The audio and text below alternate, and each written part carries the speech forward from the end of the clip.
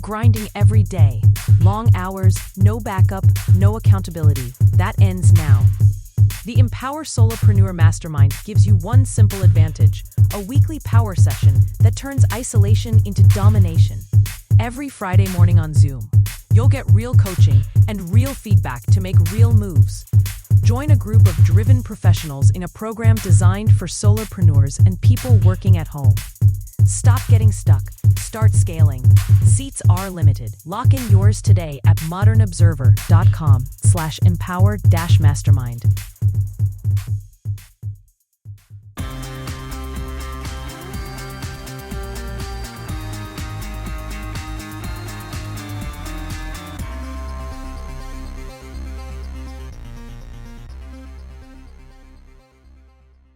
Voter ID passes the House. Moderate Democrats step forward. A stronger than expected jobs report, and more. Welcome to the Raw Naked Truth. I'm your host, Eric Lopkin, and here's the news you need to know. The House of Representatives passed a massive election integrity overhaul bill on Wednesday, despite opposition from the vast majority of Democrats. The House passed Representative Chip Roy's Save America Act legislation that's aimed at keeping non-citizens from voting in U.S. federal elections. All but one House Democrat, Representative Henry Cuellar of Texas, voted against the bill. It passed 218 to 213. It's an updated version of the Safeguarding American Voter Eligibility Act, which passed the House in April 2025, but was never taken up in the Senate. Whereas the SAVE Act would create a new federal proof of citizenship mandate in the voter registration process and impose requirements for states to keep their rolls clear of ineligible voters, the updated bill would also require photo ID to vote in any federal elections. Moderate Democrats looking for their party to take back control of the U.S. House in November are offering an alternative to the economic populism message peddled by their more liberal counterparts. A new blueprint from the center-left New Democrat coalition, shared with CNBC, lays out a roadmap for addressing affordability without socialist rhetoric. The New Democrats argue Americans want a more moderate approach that bridges the gap between big business and the average voter.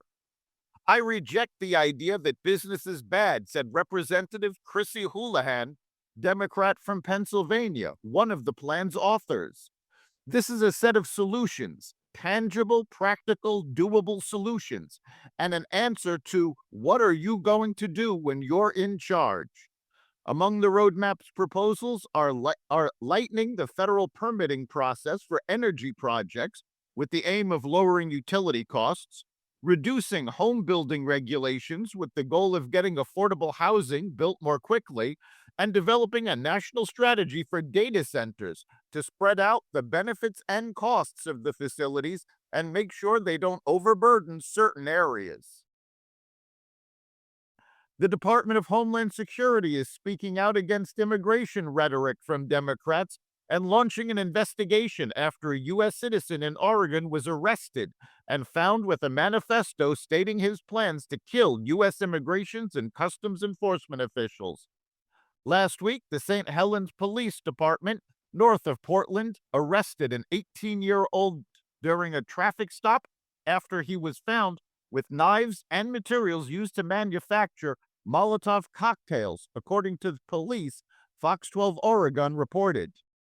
The individual, Raiden Coleman, is also alleged to have authored a manifesto outlining a plan to kill ICE agents at a Portland ICE office in an attack using Molotov cocktails and a gun. Additionally, Coleman reportedly told investigators about his plan and that he planned to pick up an AR-15 the next day from a licensed dealer to carry out the attack. He also reportedly admitted making statements about beheading ICE agents. A transgender shooter killed at least 8 people, 6 at a secondary school and 2 of the shooter's family members at a nearby home, and wounded 27 others in remote Tumbler Ridge, British Columbia, before committing suicide. This marks Canada's deadliest mass shooting since 2020. The U.S. economy posted solid job growth in January as employers hired at a steady pace to start 2026, as the Federal Reserve evaluates the need for rate cuts in the months ahead. The Labor Department on Wednesday reported that employers added 130,000 jobs in January. That figure was above the expectations of economists polled by LSEG, who estimated the economy would add 70,000 jobs. The unemployment rate was 4.3%, slightly lower than economists' expectations of 4.4%. Revisions were made to the payroll numbers for the prior 2 months, with November's report down by 15,000 from a gain of 56,000 to 41,000, while December's gains were revised down by 2,000 from a gain of 50,000 to 48,000. Kraft Heinz has scrapped plans to split up. In September, the company announced plans for the split, which would have effectively undone the mega merger that created the food leviathan. But its current CEO, who took over in January, now believes that many of the company's challenges are fixable and within our control. So the company will halt work on the separation and instead plan to invest $600 million to spur profitability. McDonald's reported fourth quarter results on Wednesday that surpassed Wall Street expectations as its value meal focus and marketing efforts brought more customers in the door as U.S. sales grew for the third straight quarter. McDonald's said Wednesday that its U.S. same-store sales grew 6.8% during the quarter, more than the 5.1% rise the street expected, according to data from Bloomberg. Its full-year U.S. same-store sales rose 2.1%, above the 1.6% expected. That's the Raw Naked Truth for February 12, 2026.